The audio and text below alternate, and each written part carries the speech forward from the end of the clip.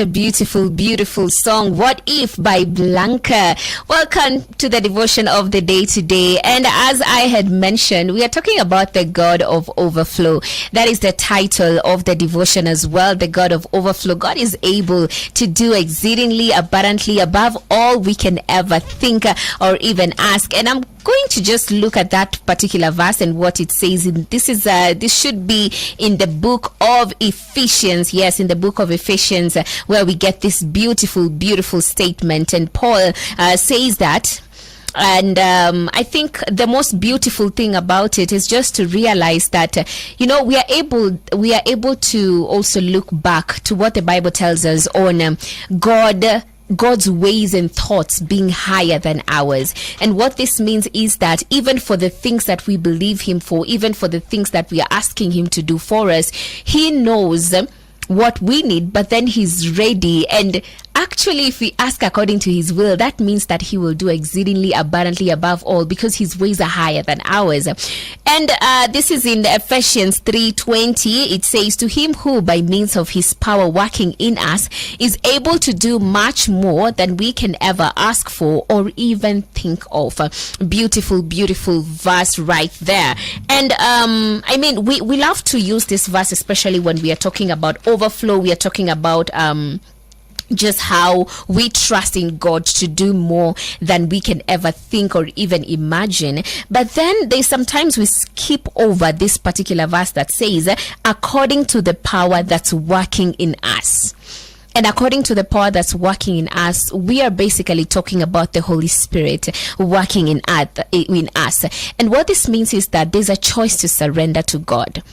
There's a choice to make sure that we are putting our lives before God, because we can't expect him to do exceedingly and abundantly above all we can ever think or ask according to the power that's working in us, if at all we have not allowed his power to actually work in us. And most of the time we skip over this.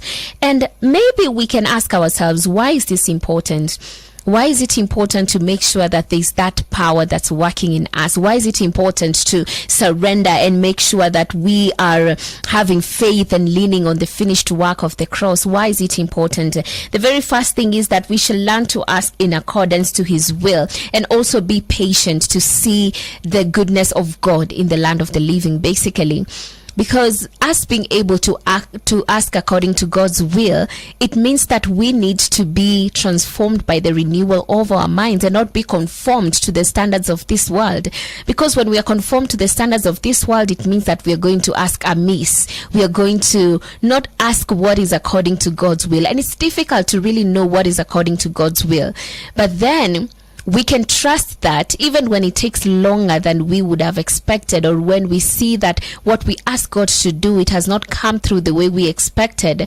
If at all we are in his will, if at all we understand that everything has to be in accordance to his will, then that means even at the end of every prayer that we make, we have to say, not my will, but yours be done, like Jesus did on the mountain when he knew what was ahead of him. He says, God, take this cup away, but not my will, but yours be done. So we need to also be open and realize that it's not what we want, it's what God knows is best for us that's important.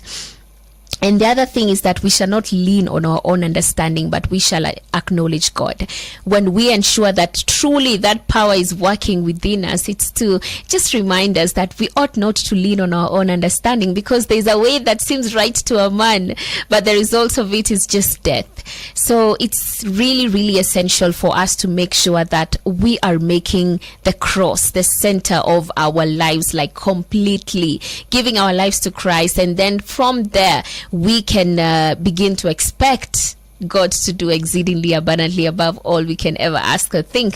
Now that we have this in line and we have given ourselves the proper foundation, now let us look at some individuals in the Bible who will actually open our eyes to God doing exceedingly abundantly above all we can ever ask or even think. And the first person I want to look at is Solomon. When Solomon made a prayer to God and said, God, I want wisdom, the story goes on to tell us that God did not just give Solomon wisdom, he gave him wealth and also honor. And God was like, you did not ask for wealth, even though I gave you the permission to ask for whatever thing you want. So if we are conformed to the standards of the world, then we are going to ask for tangible things that will die and things that will just, will leave them here. But when we are walking with the Lord and we have had our minds renewed, then that means we will know not to ask amiss. The second person I want us to look at is Hannah. Hannah, we are told, was always at the temple crying, and at some point Eli thought she was drunk because she was just really sobbing and the words could not even be heard. But she had a plea in her heart, and then she tells God that when you bless me with this son, I am going to give him back to you to be used for your work. And then what we see is God doing an overflow. 1 year later, we see Samuel being born, and it's not just a child. This is a child who grew up to be such a big prophet and who also led the Israelites out of captivity. So we see also that that God blessed Hannah with 3 more sons and also 2 daughters. The God of overflow over and over again. We also see Joseph, who actually, even after getting this promise, God, ameza compromise, this is what is going to happen. I'm going to bless you. I'm going to do this. We see Joseph being thrown into a pit, and then the next thing he's in prison because he flees sexual immorality. And I think from Joseph we can learn to be obedient to God even when we are in a waiting season. It means that even when we think that God is doing things, opposite from how we expected, we can still be faithful to him. Later on, Joseph is made ruler over all Egypt. This is another way of just how God is able to do more, exceedingly abundantly above all. But then we have to remember that we need to obey him even when we are in a waiting season, because if we mess up and do our own ways like Abraham did, the story of Ishmael, sometimes it could even delay what God has for us. But then God is so faithful that even when we are not faithful, he is always faithful. And the last person I want us to look at is Abraham. There's so many examples, but let's look at Abraham. So when this event happens where Abraham does what wasn't right, they have a child with Sarah's slave. The next thing we see is that God appears to Abraham later on and says, walk blameless before me and I will renew my covenant with you. And this really made sense to me, that God reminded Abraham that I need you to walk blameless before me. I need you to do the right thing, because if you continue doing things your own way, then the exceedingly abundantly above all is not going to be a reality. And we see Abraham being told, walk blameless before me, and this is what I'll do, that I may make my covenant between me and you and may multiply you greatly. So yes, overflow is on the way. We serve a God of overflow, so he will indeed do exceedingly abundantly above all you can ever think or even ask.